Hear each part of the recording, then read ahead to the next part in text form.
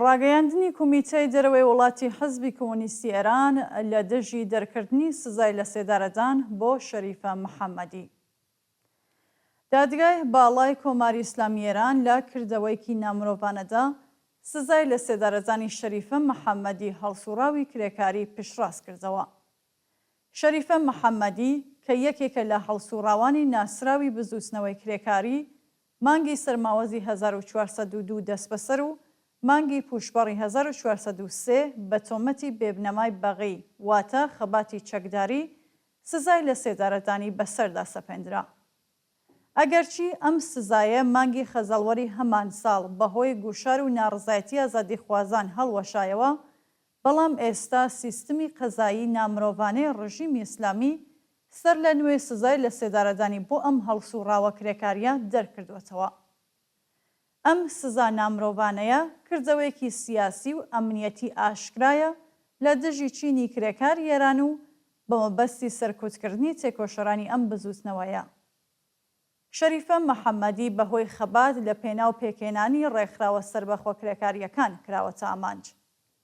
ڕژیمی ئیسلامی و سەرمایەدارانی پشتیوانی لا یەکڕێزی و یەکگرتووی کرێکاران و خەباتی بەردەوامیان دەترسن، چونکە ئەزموونی مێژووی مانگرتنەکان بەتایبەت مانگرتنی کرێکارانی نەوت لە کاتی ڕووخانی ڕژیمی شا نیشانی داوە کە هێزی ڕێکخرا و یەکگرتووی چینی کرێکار دەتوانێت هەر دیکتاتۆرێک بە چۆکدا بهێنێت.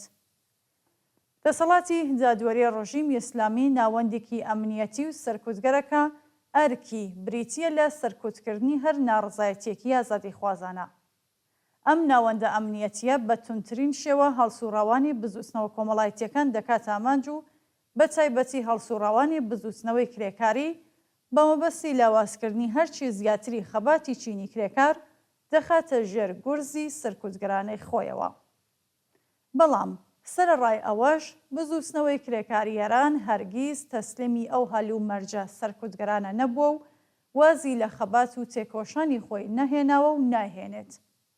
ئەم بزوتنەوەیە باش دەزانێت کە تەنیا لە ڕێگەی یەکڕێزی، وشیاری، خەباتی شێلگەیرانی و ڕێکخراوبوونەوە دەتوانرێت بەسەر هەژاری و ستەم و چۆسانەوەدا زاڵ بێت. کومیتەی دەرەوەی وڵاتی حزبی کۆمونیستی ئێران وێڕای ئیدانەکردنی سزای لە سێدارەدانی شەریفە محەممەدی داوا لە سەرجەم هێز و لایەنە ئازادیخوازەکان، ڕێکخراوە کرێکاریەکان و ڕێکخراوەکانی مافی مرۆڤ دەکات کە دەنگی ناڕزایەتی خۆیان بەرامبەر بەو سزا نامرۆڤانەیە بەرز بکەنەوە و هەوڵ بدەن بۆ هەڵوەشانەوەی بە تەواوەتی سزای لە سێدارەدان لە ئێراندا. کومیتەی دەرەوەی وڵاتی حزبی کۆمونیستی ئێران 19 ئاگۆستی ساڵی 2025